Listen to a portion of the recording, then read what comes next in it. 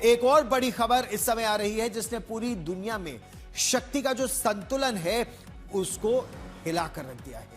Israel के प्रधानमंत्री Benjamin Netanyahu ने अमेरिका पर सैन्य निर्भरता को खत्म करने का मन बना लिया है। इजराइल अब अमेरिका की अरबों डॉलर की सैन्य मदद को ठुकराने पर विचार कर रहा है, क्योंकि बेंजामिन नेतन्याहू का लक्ष्य साफ है कि अगले 10 वर्षों में अमेरिकी मदद को शून्य कर दिया जाए, जीरो हेल्प फ्रॉम अमेरिका, और इजराइल को रक्षा के मामलों में दुनिया का सबसे किसी आत्मनिर्भर देश वो बनना चाहता है, किसी पर निर्भर नहीं रहना चाहता।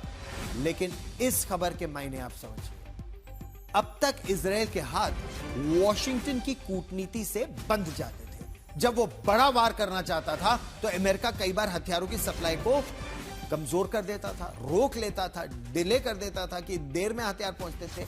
तो और यही जो बाइडेन ने किया भी था, और इसीलिए इजराइल उस समय कभी हिजबुल्लाह के खिलाफ तो कभी ईरान के खिलाफ अपनी रणनीति को उसे रोकना पड़ता था, अपने युद्ध को रोकना पड़ता था। लेकिन अब बेंजामिन नेतन्याहू संकेत ये दे रहे हैं कि वो ईरान से बिना अमेरिका से पूछे दो हाथ करने की स्थिति में है, तैयार हैं, और इस युद्ध पे वो जीत भी सकते हैं, ऐसा उनका मानना है। नेतन्याहू ये मान चुके हैं कि होर्मुज की लहरों पर ईरान की ताकत को भांपने में चूक हुई है। किसी भी कीमत पर अमेरिका अगर रुको और देखो की नीति पर आगे बढ़ना चाहता है तो यह इजराइल बिल्कुल नहीं चाहता।